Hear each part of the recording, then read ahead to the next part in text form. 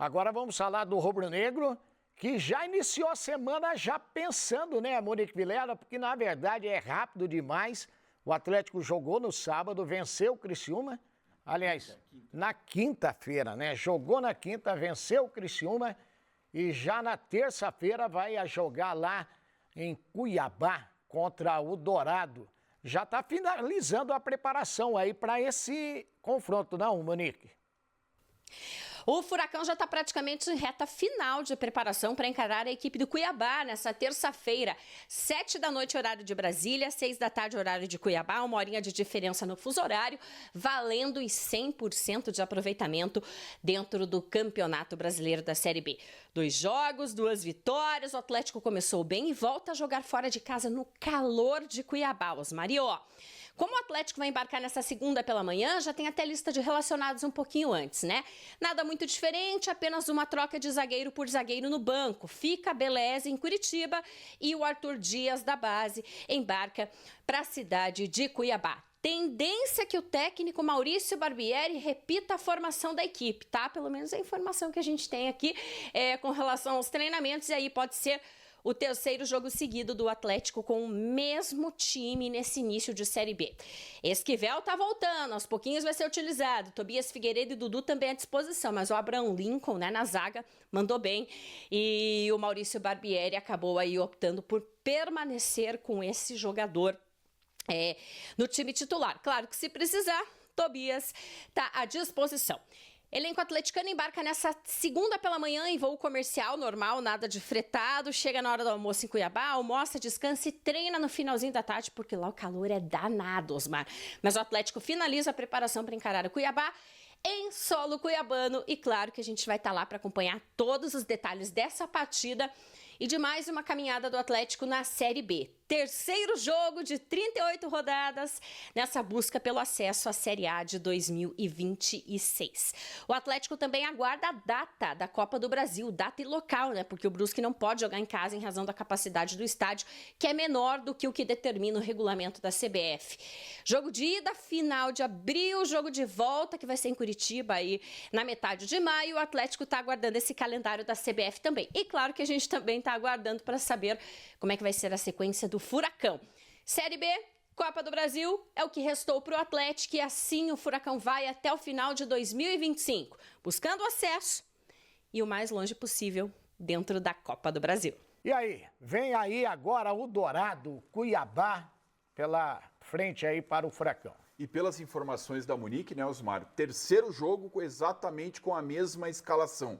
Há muitos pontos ali discutíveis que vêm causando bastante contestação nas escolhas do Barbieri. A vitória contra o Criciúma foi bem importante, principalmente nas substituições durante o jogo. O Barbieri foi muito criticado e eu acredito que com certa razão. O Felipinho estava indo muito bem no jogo e foi o primeiro a sair junto com o Allan Kardec. O Kardec até se entende, é um jogador de 36 anos que já teve até um procedimento no joelho nesta temporada, então ele sai realmente mais cedo normalmente. E o próprio Zapelli, acho que de novo fazia um bom jogo e mais uma vez foi substituído. Agora, apesar disso, eu não deixo de enxergar também que quem está vindo do banco, nas escolhas do treinador, tem feito a diferença. Foi assim no primeiro jogo contra o Paysandu, quando o Isaac e o Renan Peixoto participaram ali, o Peixoto até fazendo o gol da vitória, e foi assim nesse jogo, contra o Criciúma. A jogada do segundo gol do Atlético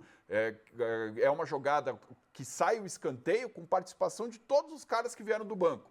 Patrick, Juliano, Isaac sai o escanteio, Isaac cobra, Renan Peixoto cabeceia, goleiro espalma e o Ryan Palacios, esse único que já estava no jogo, faz o gol. Então, eu acho que há motivo, sim, para algumas críticas. A questão do Raul, que falhou e gerou a falta onde o Criciúma empatou o jogo, mas ele é um jogador de extrema confiança do Barbieri, o único do Atlético que atuou em todos os jogos da temporada. Teve um jogo da primeira fase do Paranaense contra o Maringá que ele começou no banco, mas entrou. E convenhamos, né? Ele é o cara que dá a estabilidade ali na frente da zaga. Eu entendo as críticas ao Barbieri muito pelo que o torcedor anseia de ver o seu time, né?